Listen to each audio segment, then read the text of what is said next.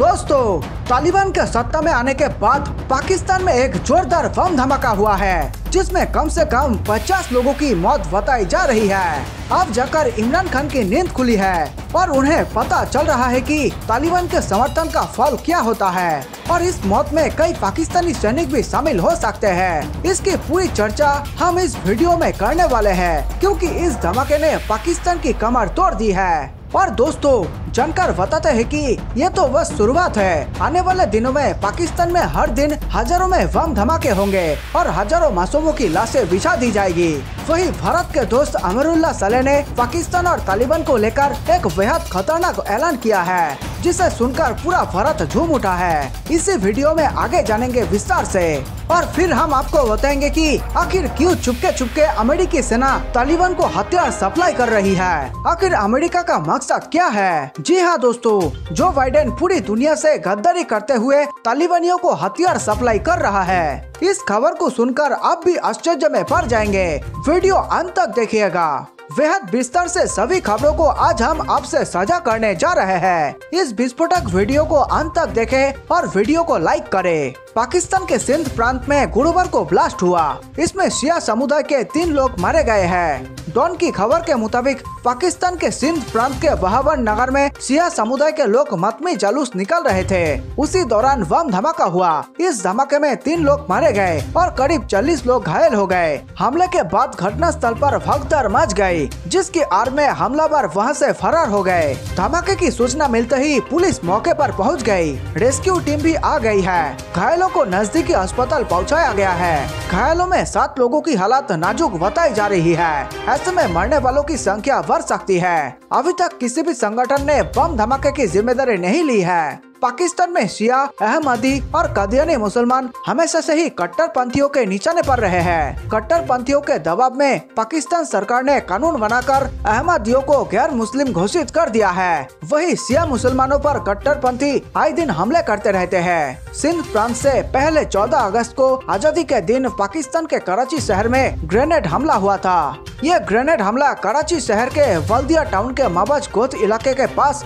एक ट्रक पर किया गया। इसमें 4 बच्चों सहित 10 लोगों की मौत हो गई, जबकि कई अन्य घायल हो गए। पाकिस्तान की अखबार डॉन की रिपोर्ट के मुताबिक ग्रेनेड वाहन के फर्श पर गिरने से पहले ही फट गया। शुरुआती जांच में पता चला है कि हमलावर मोटरसाइकिल पर सवार थे। वीडियो में आगे बढ़ने से पहले सभी भारतवासियों को मेरा नमस्कार। देश प्रेमियों, वीडियो को लाइक करके आप 5 स्टार दे सकते हैं, ताकि हम आपके लिए रोज ऐसे ही राष्ट्रहित में वीडियो लाया करें। दोस्तों, देश हित से जुड़े तमाम खबरों पर हम लगातार नजर बनाए हुए हैं, इसलिए चैनल को सब्सक्राइब करना ना भूलें। साथ ही नीचे कमेंट में जय हिंद लिखकर पूरे भारत का हौसला बढ़ाएं और वीडियो को व्हाट्सएप, फेसबुक पर दोस्तों के साथ शेयर करके देश प्रेम को फैला दे।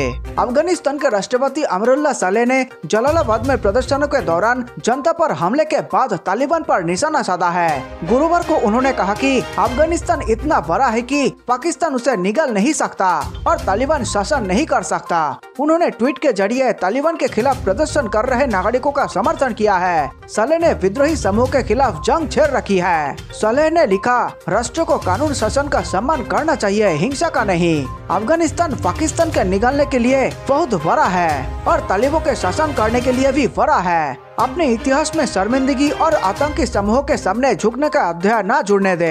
एक अन्य ट्वीट में उन्होंने लिखा, तालिबान समूह के खिलाफ अलग अलग जगहों पर राष्ट्रीय ध्वज उठाने के लिए मेरे देश के सम्मानित लोगों के साहसी और देशभक्त कदम के प्रति मैं सम्मान, समर्थन और प्रशंसा व्यक्त करता हूँ। उन्होंने लिखा, कई शहीद इस शाह में सम्मान के साथ शहीद हो गए। उन्हें सलाम, जो राष्ट्रीय ध्वज के लिए और राष्ट्र और देश की गरिमा के लिए खड़े हैं। राजधानी काबुल पर कब्जा करने के बाद देश में तालिबानी के खिलाफ पहली बार विरोध प्रदर्शन हुए थे।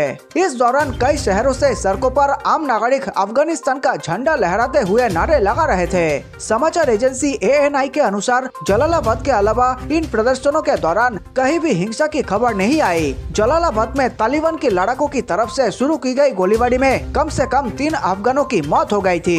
एजेंसी ने तुर्की के TRT के हवाले से लिखा, तालिबान की तरफ से अफगान झंडे को हटाए जाने के विरोध में हुई विरोध रैली में अफगानिस्तान के पूर्वी शहर जलालाबाद में कम से कम 3 लोगों को कथित रूप से गोली मार दी गई। तालिबान के काबुल पर कब्जा कर लेने के बाद अफगानिस्तान का राष्ट्रीय ध्वज किसी काम का नहीं रह गया है। प्रदर्शनों के दौरान देश के कई प्रांतों में रैलियां निकाली गयी। मीडिया रिपोर्ट्स के अनुसार बुधवार को नानगरहा, कुनार, खुस्तो के पूर्वी प्रांतों में अफगान के राष्ट्रीय ध्वज के साथ जनता प्रदर्शन करती नजर आई। अफगानिस्तान में अभी तक सत्ता का औपचारिक ऐलान नहीं हुआ है। तालिबान ने अभी भी किसी को राष्ट्र का मुखिया नियुक्त नहीं किया है। जी हाँ दोस्तों, अमेरिका लगातार वलंडर किए जा रहे हैं। अब उसने अपने सबसे खतरनाक हथियार तालिबान को सौंप दिया है और मानवता के गाल पर तमाचा मारकर जो बाइडेन चैन की नींद सो रहा है। अब उसी के हथियार से अमेरिका में एक बार फिर से जोरदार आतंकी हमले होने की अंदेशा लगाई जा रही है। अफगानिस्तान पर कब्जा करने वाले तालिबानी आतंकी